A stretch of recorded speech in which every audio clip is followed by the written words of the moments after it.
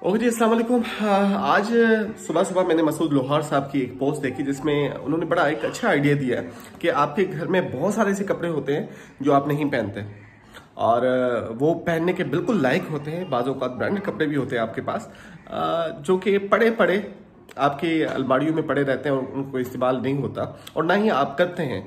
तो आइडिया ये था कि उन कपड़ों को अलमारी से निकालें और उन लोगों तक पहुँचाएँ जो इस वक्त जिनको ज़रूरत है। इस वक्त ख़ास तौर पर इस वक्त जो सैलाबी सूरत हाल है उसमें लोग अपने घरों से दरबदर हैं और टेंट सिटीज़ में हैं, मुख्तलिफ रोड्स पे बैठे हुए हैं और उनको इस वक्त आपके इन कपड़ों की ज़रूरत है।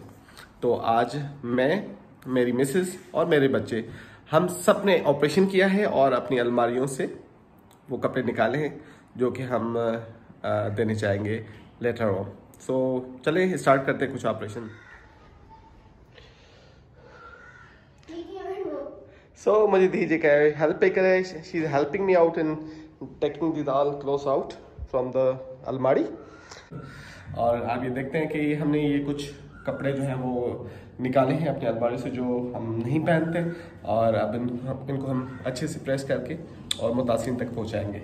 आप भी अपने कपड़े अलमारियों से निकाल के, अपने बच्चों के निकाल के और गरीबों को दे।